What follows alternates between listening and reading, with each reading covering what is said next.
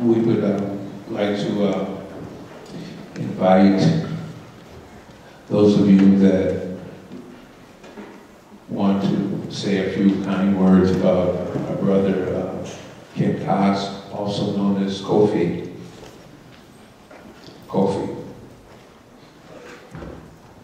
You may come up to the microphone and introduce yourself, and I think we will enjoy that. Thank you.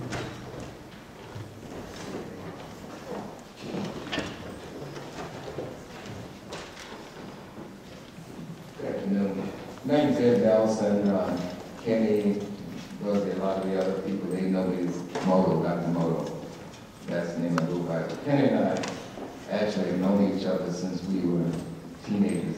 We actually met down in Paradise Valley at Adams Bar at a jam session. Neither one of us were old enough to be in there.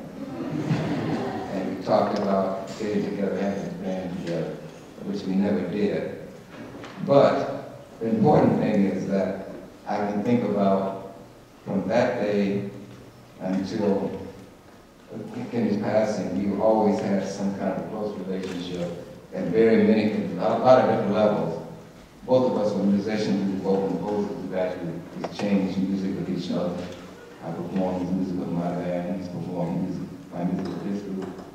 But more importantly, we gave up a lot that a lot of people don't know about in terms of helping others in the arts, through arts administration and things like that. Kenny and I both worked in arts administration for a very long time, long time. So we both call ourselves cultural warriors. And if I needed his help in getting some legislation passed, and we rattled the license to the capital of Michigan to do that, I could always depend on him. If I got on panels at the Michigan Council of Arts and Cultural Affairs, rather than senior branch officer, he was always willing to do what had to be done. If we were going to, I was taught at the college for 20 years. I needed Nicole to help me with the performing arts program there, and he was there for whatever we needed to do. And so I'm going to say that I'm really going to miss my friend. I was here in a lecture here with him 7 years ago, I think it was. And after all of that evening, we went down the street to have a beer and to talk, about lots of things other than the wonderful kids that he was working with here, but also the kinds of things that we would like to see in terms of a better arts community, a better world, and that sort of thing. So I just wanted to say that I want you all to know that there was another side of Kenny that many of you don't know about outside of music. And he was an advocate for the arts for everyone. And it's important for those of you here at Cal Arts to understand that his music will live on through the young people that are actually learning it and performing it. Thank you.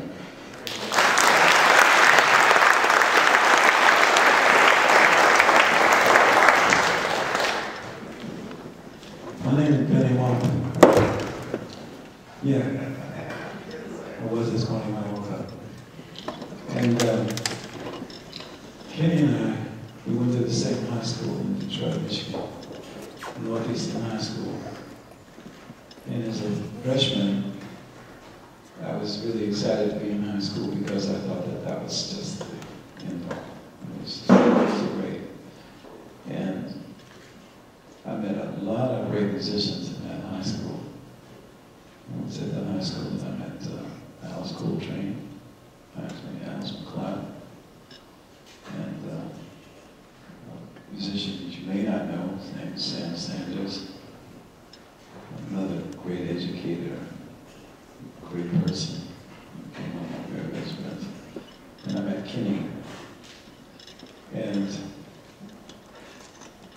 what really struck me most about Kenny is that we were the same age, but Kenny knew everything. He did. I really believe he was a genius. I really do. And I didn't know he played the piano because in the band he played the trumpet. And then one day I heard him playing the piano. And after that I was completely just taken by him. And I was always asking him, how did you play that? What was this? What was that? And he would say, oh, here, I'll show you. And he just really gave me something that I really didn't expect. He gave me a great gift. Not only the music, but the friendship. And, you know, I think that the music is really an outcome of a person's character. Kenny had a tremendous character. He was great. He was very kind, always. And whenever I saw him, the first thing I saw was a smile, no matter what he was going through. And over the years that we interacted together, I left very early from Detroit because of a guy like Kenn Cox pulling my coat and showing me which way things went. I grew very quickly. And I celebrated my 22nd birthday in New York City. Just a lonely young guy walking around the street trying to figure it out. But I was determined that I was going to do something with the music. I didn't know exactly what. And because of Kenny's encouragement and having an opportunity to play some of his music, even then he was a great composer. He wrote so many sweet pieces, and today you young people have no idea. Maybe you do have some idea, but I really appreciate the opportunity to say these things about him, and I'm glad that there could be such a fabulous tribute paid to my friend. Thank you.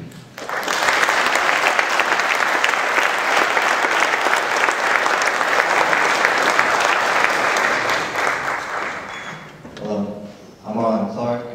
Like you, I would actually, I'm a CSSSA alum. So I was sitting right where you were. I'm looking down, and right now it's really hard for me because every time I'm just sitting here in the front row, and I still see Kenn, and basically in my mind I'm seeing Kenn, Ralph, and some other players up here just doing their thing, and it's really hard for me. I was very, very fortunate to have met Kenn. He absolutely changed my life and was possibly one of the biggest influences as of right now. But one of the things that I remember, he pulled me aside and he told me that one of the things that you have to know is that as musicians, our strongest voice we could ever have is our craft. The strongest voice that we can identify with is our passion. So while I was very fortunate enough to have met him, and I'm sorry, I love that man. And the thing is that while those of you here right now may not have had the pleasure of meeting him in person, the fact that you guys are playing his music, I think you know him pretty well. And I love the man, and I know he's in a better place.